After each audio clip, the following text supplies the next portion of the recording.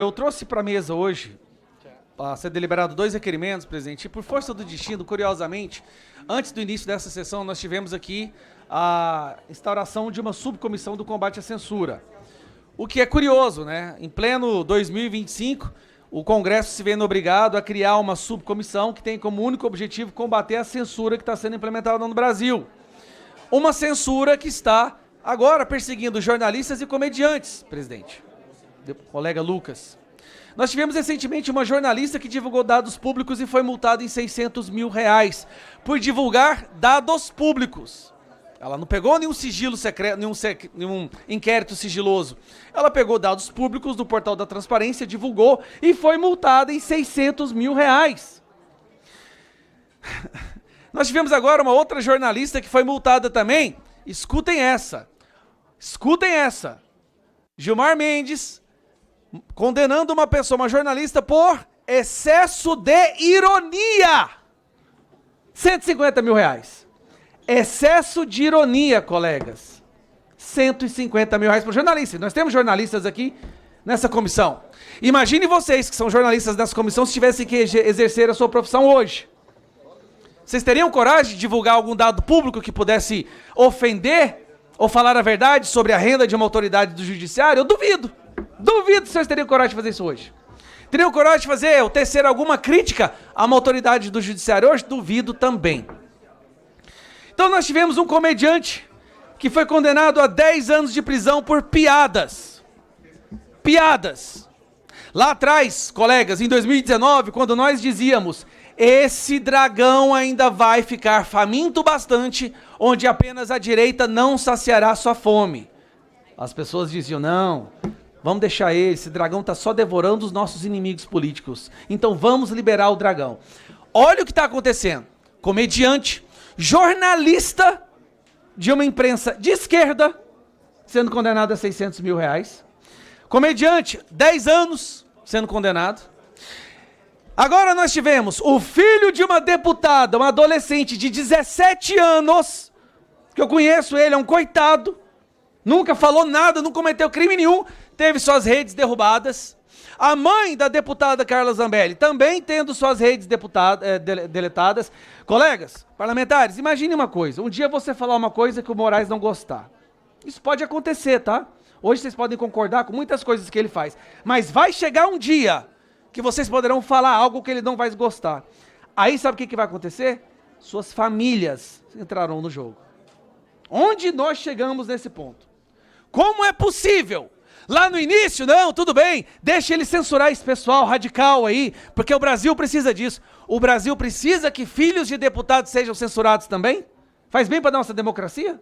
Ou que uma senhora de 74 anos, cheia de comorbidade, cheia de doença, também precise ser censurada?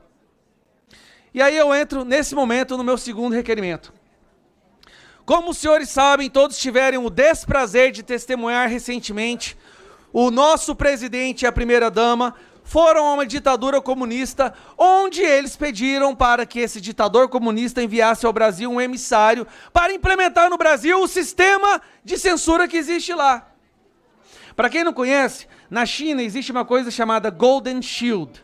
O Golden Shield é o seguinte: há um constante monitoramento das redes sociais que são controladas, aprovadas pelo regime totalitário da China, onde, se você escrever "eu discordo do Partido Comunista Chinês", em questão de minutos, a Polícia Federal, a polícia comunista vai te buscar na sua casa.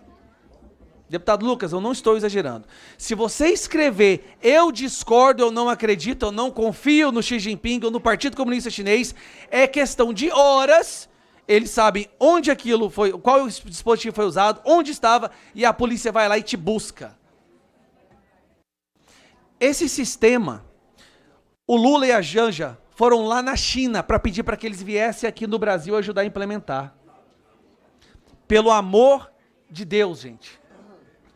Pelo amor de Deus. Nós estamos aqui na Comissão da Comunicação, que um dia vai deixar de existir, porque a comunicação no Brasil está prestes a deixar de existir. E aí, para chegar no requerimento, porque esse é tanto absurdo, o Lula disse recentemente que os emissários do comunista, do ditador, viriam ao Brasil gostaria dessa política internacional de se implementar no Brasil que se usa na China seria o Sidônio.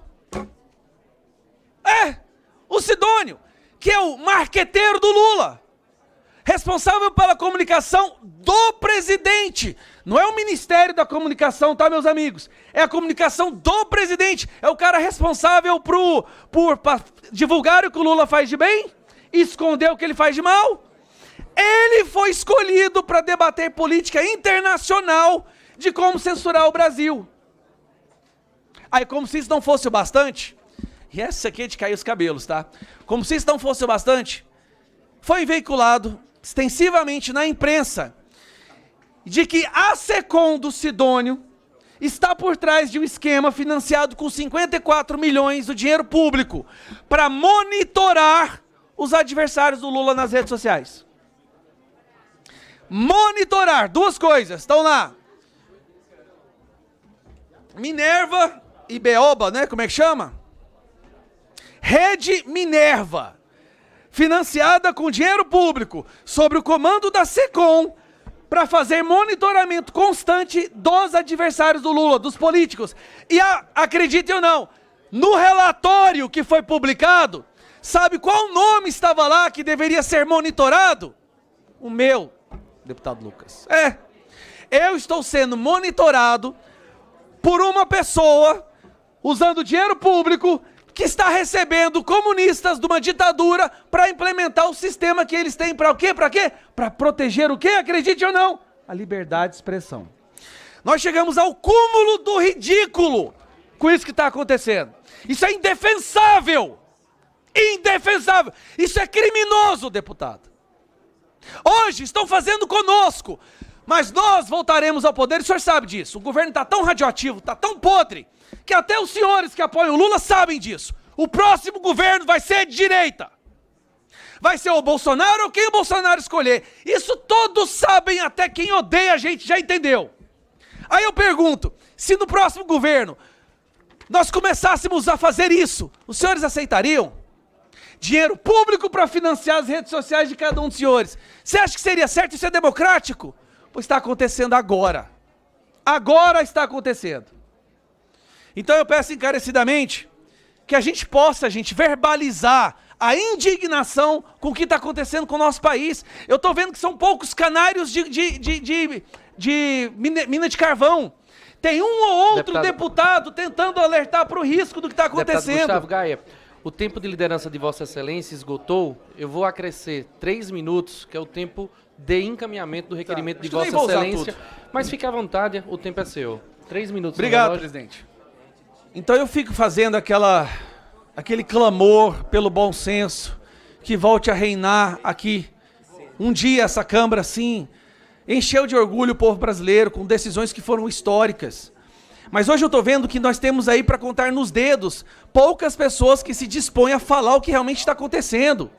E como somos poucos que estamos falando, somos alvos fáceis. Seria muito mais fácil para mim me acovardar, colocar o rabinho entre as pernas e fingir que nada está acontecendo e ficar vivendo do sistema e distribuindo emenda. Seria a coisa mais fácil do mundo para mim. Mas com que cara que eu olharia para os meus filhos? E no futuro? Porque nós temos filhos. O senhor mesmo me disse agorinha, o senhor tem filho. Um dia a gente não vai estar aqui mais, presidente. E quem vai ter que arcar com as consequências da nossa inação e covardia serão eles. Que pode ser que venha um governo de direita e porque o nosso filho ou seu filho disse algo que esse governo não gostou, ele pode ir preso, censurado, multado. Nós estamos aqui para preservar a liberdade em todos os seus espectros. Na liberdade de expressão sendo uma das mais importantes, porque sem ela você não defende as outras. Então eu peço encarecidamente, colegas, não só aprovar esse inquérito, já foi aprovado em bloco, por mais que discordamos em vários aspectos, há limites sendo ultrapassados que se nós não falarmos agora, não teremos voz no futuro para falar novamente. Obrigado, presidente.